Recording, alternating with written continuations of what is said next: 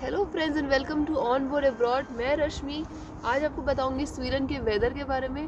फ़िलहाल स्प्रिंग का मंथ है और स्नोफॉल हो रहा है and I am enjoying it. यहाँ पे मैंने सारे ही मौसम बहुत एंजॉय करे, that is summers, autumn, winters and spring.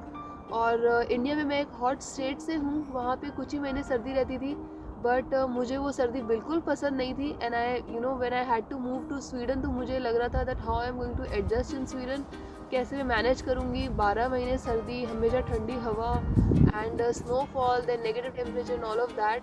But trust me, after coming here I am just enjoying it. और आज मैं आपको बताऊंगी यहाँ के वेदर के बारे में and how I have adjusted, how I have manage, how I have enjoyed all the weather. So let's start.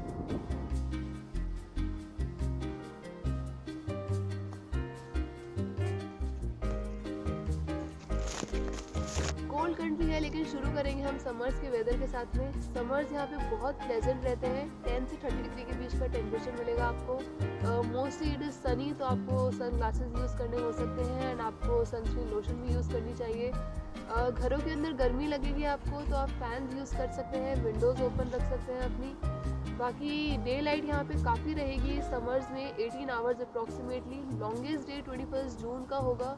Day light 21 जून को 18 आवर्स एंड 37 मिनट्स तक रहती है। So you are going to enjoy summers. बहुत घूमने के options हैं, आपको ज़रूर घूमने जाना चाहिए। मोस्टली लोग समर्स में घूमने जाते हैं। समर्स के बाद बात करते हैं ऑटम की।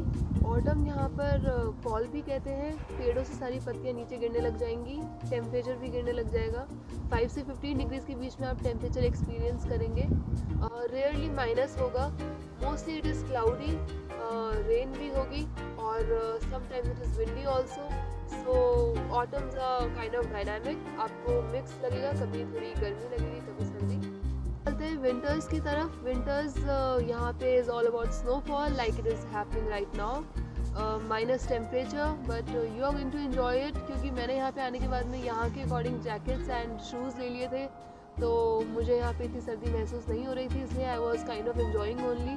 एंड स्नोफॉल इन्जॉय करके या थोड़ा सा सर्दी इन्जॉय करके आप घर के अंदर जब जाते हैं, तो then it is normal temperature because your houses are warm, so it feels good. Darkness होने लगेगी, डे टाइम आपका कम होने लगेगा, 6 आवर्स तक आपका डे टाइम रहेगा। लंच टाइम के बाद में आपको लगेगा कि बाहर अंधेरा हो रहा है।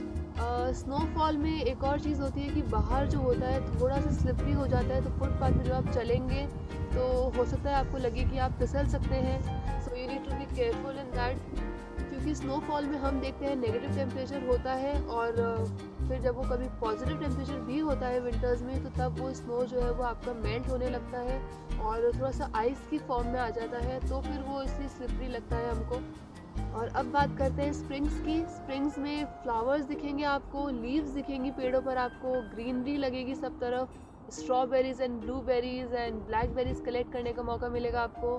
So you are going to enjoy it. काफ़ी पॉजिटिव लगता है ये टेम्परेचर हमको आफ्टर विंटर्स। डे लाइट भी बढ़ने लगता है यहाँ पर, और कभी कभी माइनस होता है टेम्परेचर, जैसे कि अभी यहाँ पे स्प्रिंग ही है और स्नोफॉल हो रहा है। बाकी मोस्टली टेम्परेचर पॉजिटिव रहेगा और धीरे धीरे गर्मी भी बढ़ेगी। So friends, I hope you have liked my video. Please अपनी कोई भी क्वेरी हो तो आप मुझे कमेंट्स में लिखिए। Please subscribe to my channel because my more related videos are coming up. Thank you from on board abroad.